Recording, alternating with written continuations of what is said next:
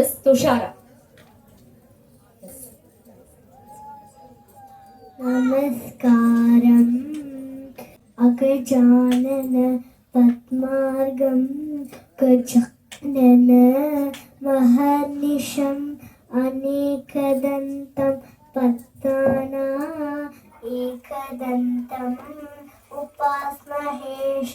பாலும் தெளித்தேனும் பாகும் பருப்பும் இவை நான்கும் கலந்துடன் நான் தருவேன் கோலம் செய் தூங்க கரிமுகத்த தூமணியே நீ எனக்கு சங்கத்தமிழ் மூன்றும் தா.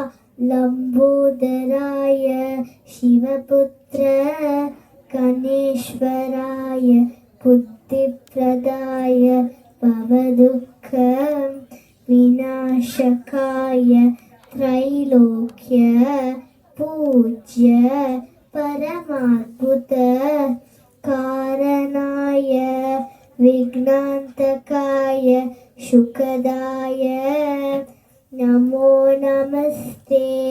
ஜயது ஜயது சூர்யம் சப்கலோகதீபம்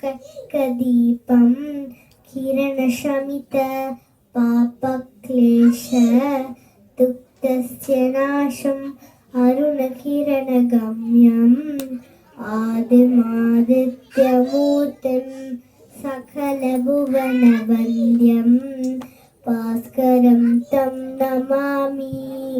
வனமாலி கதீஷாங்கி சங்கி சக்ரி சனந்தகி ஸ்ரீமா நாராயண விஷ்ணு வாசுதேவோ பிரக்ஷது.